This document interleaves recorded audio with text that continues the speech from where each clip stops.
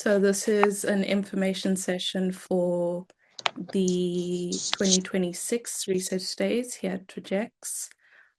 So before we begin diving into what the research days are and what they entail, I just want to give a brief background on who we are as TRAJECTS.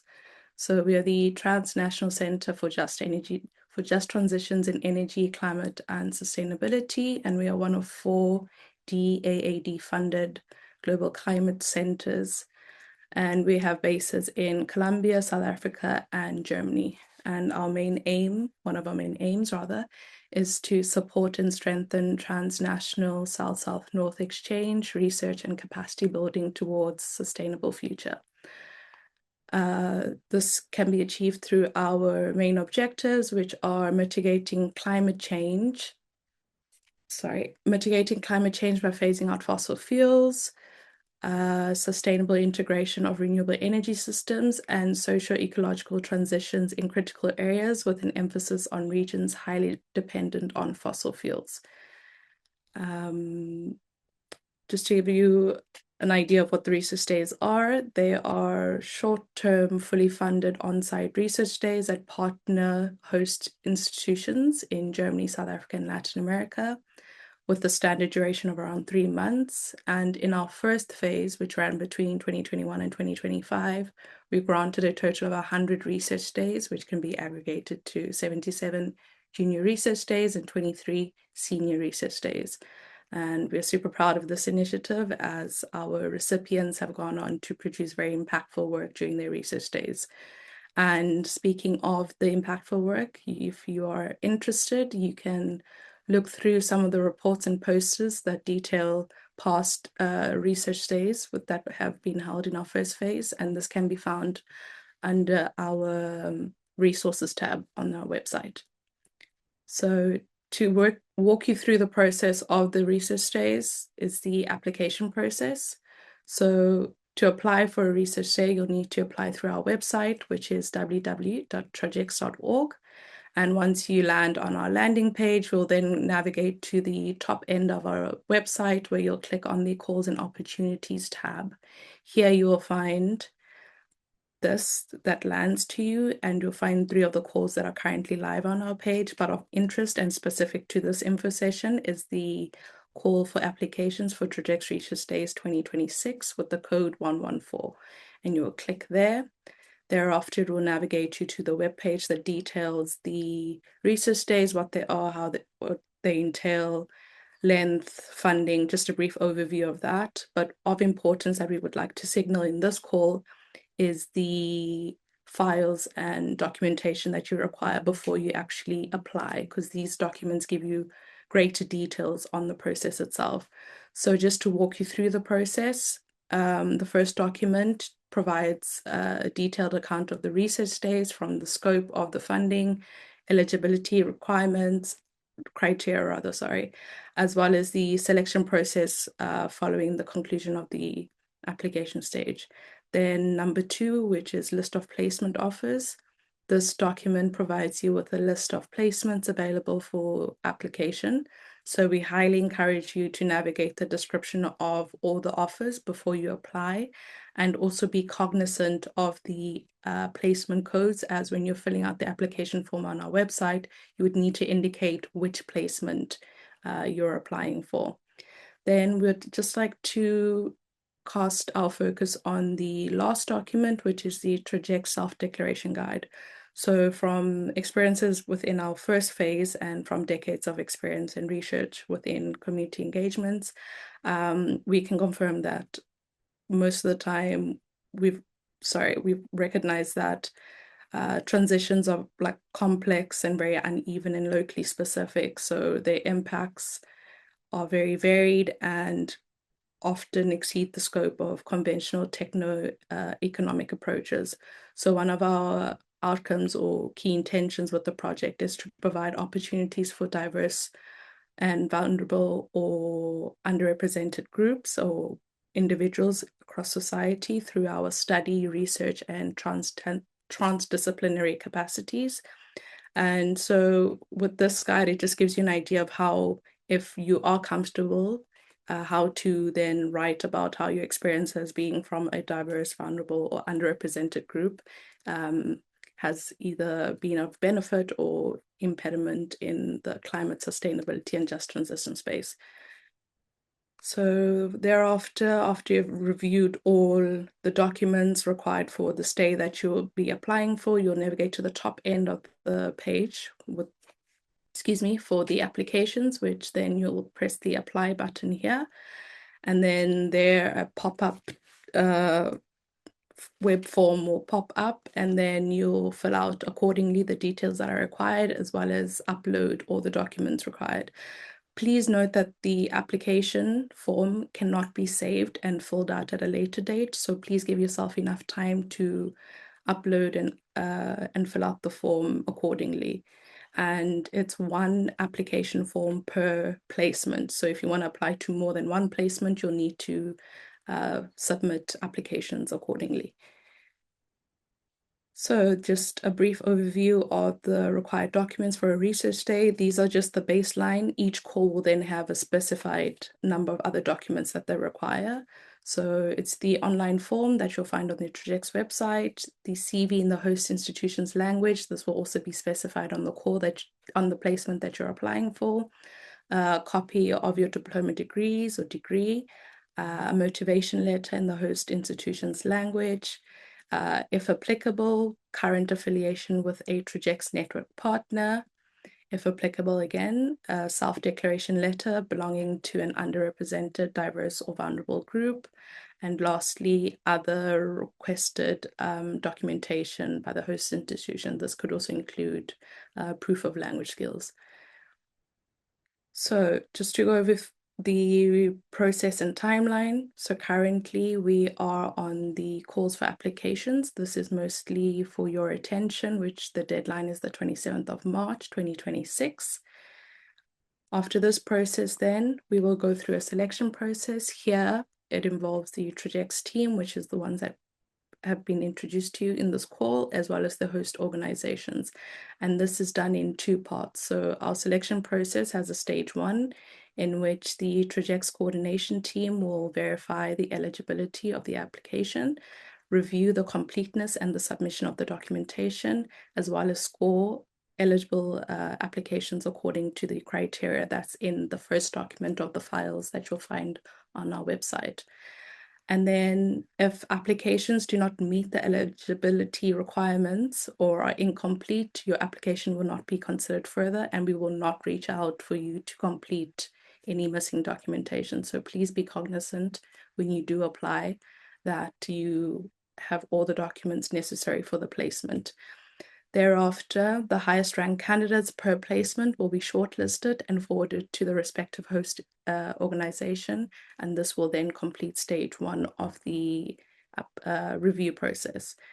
All applicants will be informed of the outcome of stage one and whether their application proceeds to stage two. In stage two, this will involve the host organization reviewing your application with background on our stage one scoring and review process. So here the host institution will evaluate the shortlisted candidates based on their suitability and alignment with the specific placement offer. And here it's at the discretion of the host institution if they'd like to have an interview with you. If this is the case, you'll then be contacted accordingly, and a time and date will be set where you can meet with the host organization, and an interview process will take place accordingly. So in addition to the stage one and stage two review stage, the selection committee of TRAJECTS will also review the applications with the balance of the type of member institutions, the geographical regions of the calls, as well as the topic and relevance to TRAJECTS. And lastly, the support for underrepresented group. We have an aim of 30 guarantees, but aiming for a high minimum of 50%.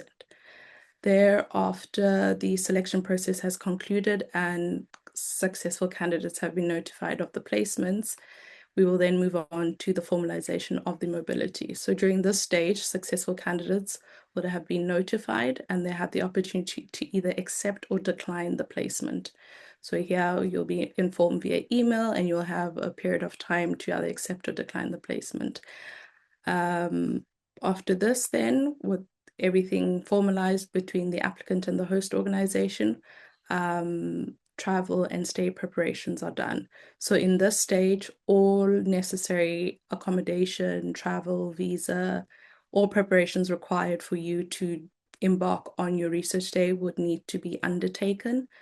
Here it's very important for you to also be aware, if you are selected for a placement, that you have an idea of the expenses entailed, as a lot of the expenses to travel and set yourself up for your research day are at your expense and will be reimbursed upon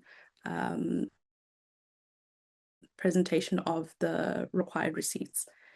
Thereafter, travel to host country and start of the research day. So the earliest a research day can commence following this period of July 31st is the 1st of August, and the latest start date is the 1st of September.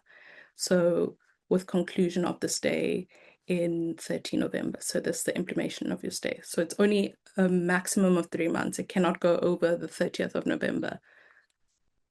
Then finally, we go to the financial closure and academic reporting. So again, this last stage here highlighted in green will be further detailed in an info session for successful candidates, where we'll go through what are the required documentation and what are the requirement documentation for the closure of the research day. The closure and academic reporting will also include the completion of the Just Transition MOOC, which is a free online course that TRAJECTS has developed on just transition topics.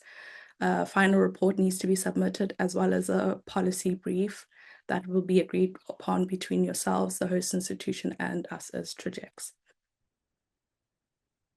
Now moving on to the scope of funding. So the scope of funding involved with the research days is a monthly allowance. So for research days that are taking place in the Global North, you'll be awarded a 1,100 euro monthly allowance. For research days that take place in South Africa, you'll be awarded a 750 euro monthly allowance. And for research days taking place in the Global South, a monthly allowance of 500 euros will be awarded. Then, in addition to a monthly allowance, travel costs are also covered, and this is up to 1,500 euros for a round-trip travel and 2,000 euro for travel between Latin America and South Africa and vice versa. Please note that only economy class travel is covered and cannot be combined with private travel. And the budget for your travel costs will be calculated and determined by the travel distance. Then another aspect of the funding involved is an insurance contribution of up to 53 euros per month, or a total of 159 euros if you're doing a full 3-month research stay. And please note, a general rule for most of all our funding that will be reimbursed, that if your spend is more than the capped amount, the remaining balance of the expenses that you incurred will be considered a personal expense and will not be reimbursed. Finally, other conditions that you should be aware of, that all our research days require at least a 75% full-time equivalent position. So you would need to be at your research day for at least 40 hours a week, or 40 hours a week for 4 weeks a month. And the stays are physical, so you cannot start your stay on a hybrid system in your home country. The stay can only be funded and commenced once you're in the host institution's country. No virtual periods are funded. Then some key considerations for the research days: your visa permits. So as TRAJECTS, we cannot provide you with any visa advice. So it's your responsibility as the candidate to contact any local authorities or relevant consulate to obtain the most accurate and up-to-date information regarding permits. And we recommend you start this process upon notification of your successful application. Flights and insurance. This is also an upfront cost that you need to take into consideration. All necessary travel tickets, insurance, and other relevant services that you're required in advance of your trip need to be sorted out by you, and this will be reimbursed to you upon presentation of relevant invoices and payment certificates. And this form will also be given to you, but more detail upon this process on the reimbursement will be given in an info session to our successful candidates. And then lastly, finding accommodation. So again, we do not have the leeway to give you any advice on this, but we do have a Research Day alumni network, of which if you would like any suggestions or recommendations from our past research days, we could give you their contact details, and then you can be in touch with them to get some advice on how to navigate the accommodation process within the various host countries.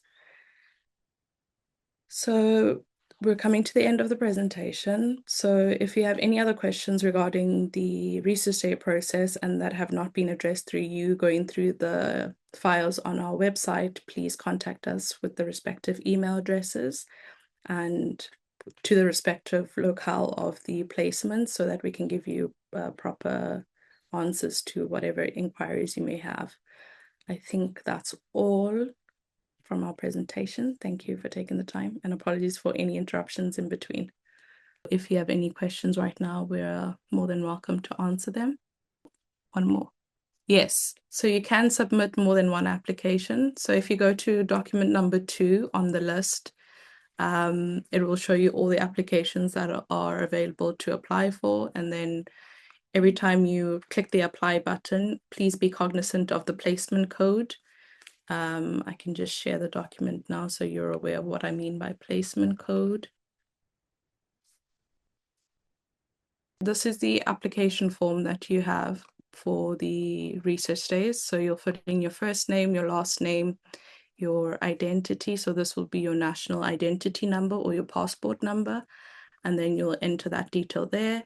And then your email address. This email address will be used to contact you for if you're successful in the second stage and if an interview process. And this also is the email address that will be shared with the host institution.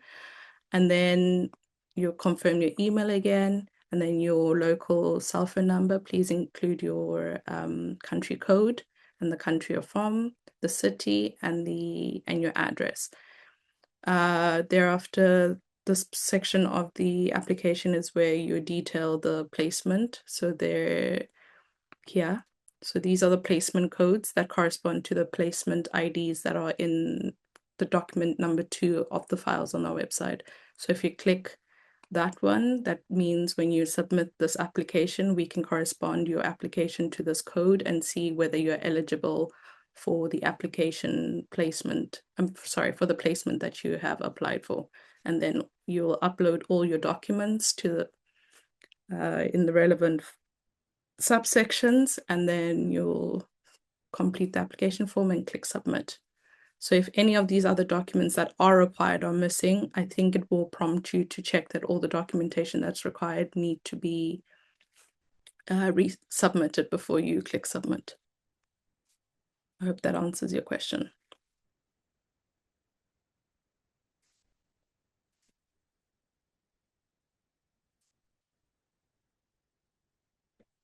No, you will not be penalized for submitting more than one application. In the past, we've had applicants apply for more than one, and it's been to their benefit sometimes that one application is successful than the other. So if you feel that you have some synergy between one of the more than one placement, please feel free to apply.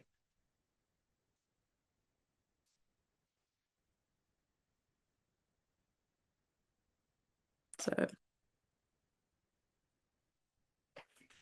I think that's all. Do you have any other questions?